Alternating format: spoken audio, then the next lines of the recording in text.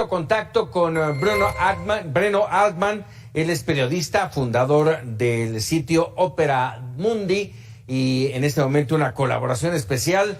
Breno, un gusto como siempre saludarte y gracias por esta colaboración.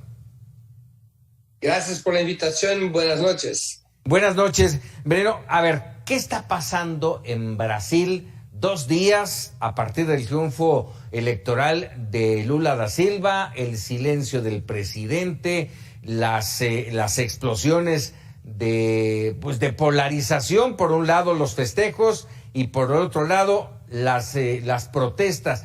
¿Qué está pasando en Brasil? Mira, después de la elección del presidente Lula el último domingo, sectores del bolsonarismo han se movilizado para combatir, para luchar contra el resultado electoral. Los camioneros, por ejemplo, bloquearon las carreteras, como ustedes han muy bien noticiado. El tema es que es un movimiento que no logra tener ni apoyo en la sociedad ni en las principales instituciones del país, especialmente no tienen el apoyo de las Fuerzas Armadas. Si la lógica de Bolsonaro era impedir la consumación de la victoria de Lula y mantenerse en el gobierno a partir de un golpe de Estado, él necesitaba de apoyos, fundamentalmente el apoyo de las Fuerzas Armadas. No ha logrado. Desde antes de las elecciones se sabía que las Fuerzas Armadas no estarían con él en un golpe de Estado.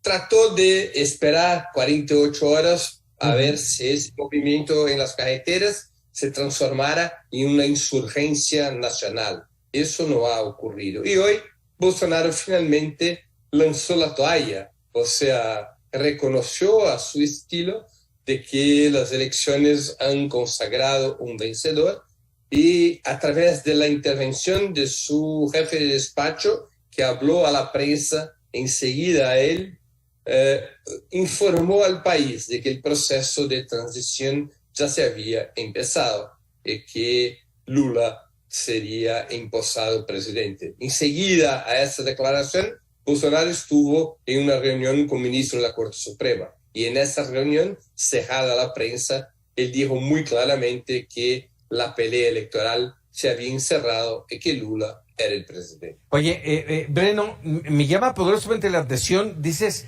que hoy ya el presidente, viendo que las cosas no iban a salirse de, valga el término, de nivel, fue cuando decidió hablar en un mensaje, a mi gusto, en el que se nota su enojo, su coraje, pero me llama la atención, fue una elección, yo le digo muy cerrada, fueron 2 millones de votos la diferencia, son muchos, pero a la vez son pocos, pero son legales. Eso marca también la polarización que existe en el país, muy cerrado.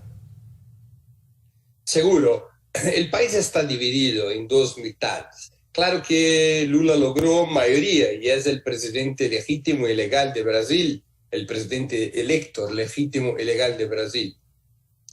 Pero el bolsonarismo, aunque tenga perdido las elecciones, se mantiene vivo como corriente de extrema derecha con mucho apoyo social y también con apoyo en el ejército, en las policías regionales. Es una fuerza político-social de gran relevancia. Incluso por esa razón, yo creo que Bolsonaro decidió recular para reagrupar sus fuerzas y ponerse como el líder de la oposición conservadora contra Lula a partir del 1 de enero. Bolsonaro quiso finalmente preservar su fortaleza político-social institucional.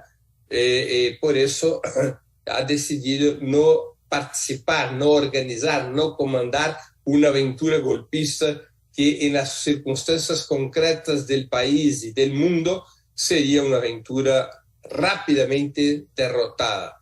Es de eso que se trata. Bolsonaro, aunque tenga aguardado 48 horas a ver, repito, si ocurría una rebelión de sectores nacionales contra el resultado electoral, finalmente se dio cuenta que eso no iría a pasar, que aunque el bolsonarismo tenga capacidad de movilización y en los próximos días vamos a seguir mirando a ese fenómeno de movilización de los bolsonaristas contra el resultado electoral. Aún así, Bolsonaro decidió, repito, lanzar la toalla y reconocer a su forma el resultado electoral, y la transición efectivamente ya empezó hoy. Hay un coordinador de transición indicado por el presidente Lula, y acá en Brasil la transición es una ley, o sea, inmediatamente se pone en movimiento los instrumentos de Estado para la transición.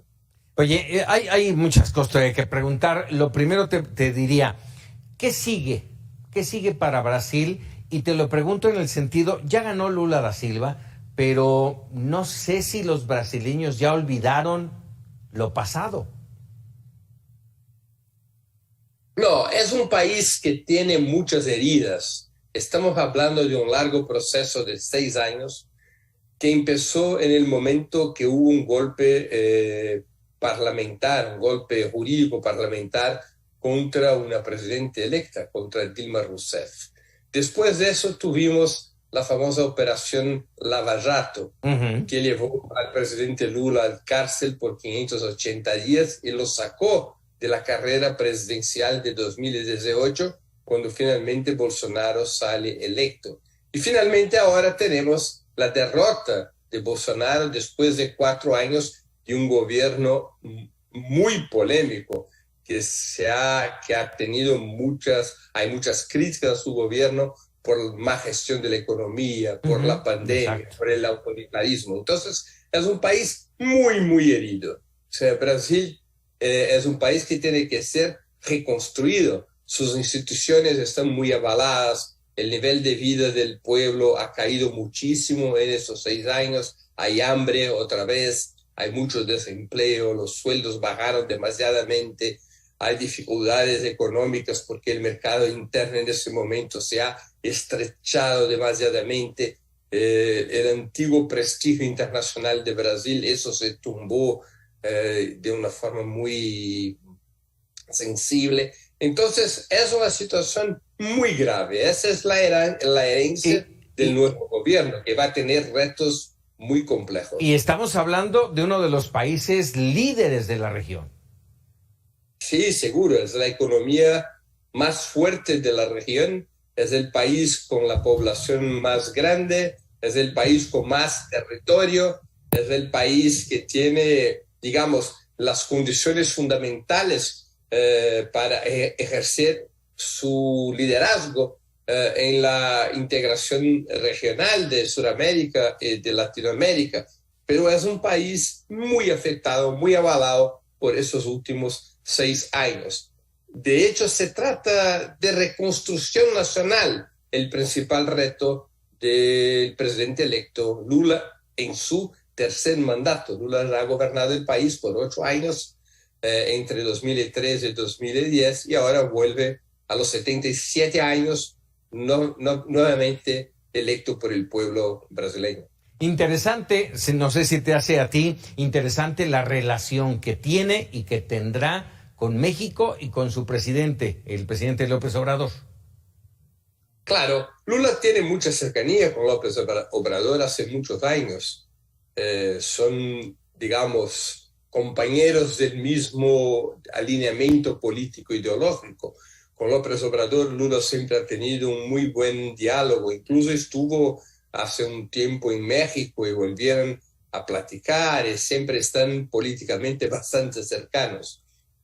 Hay un hecho inédito que es importante registrar.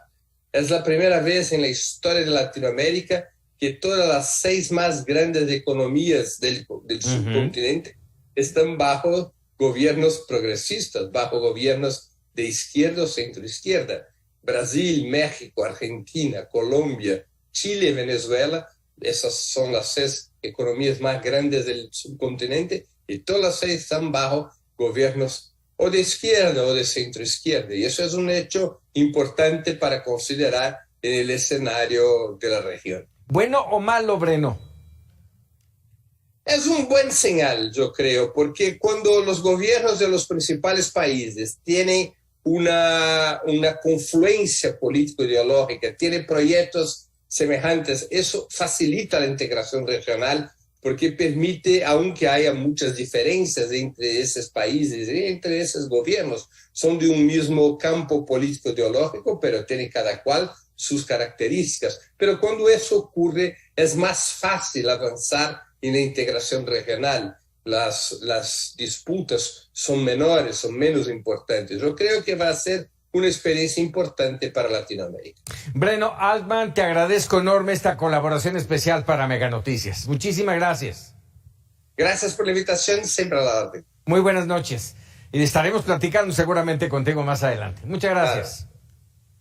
Buenas noches.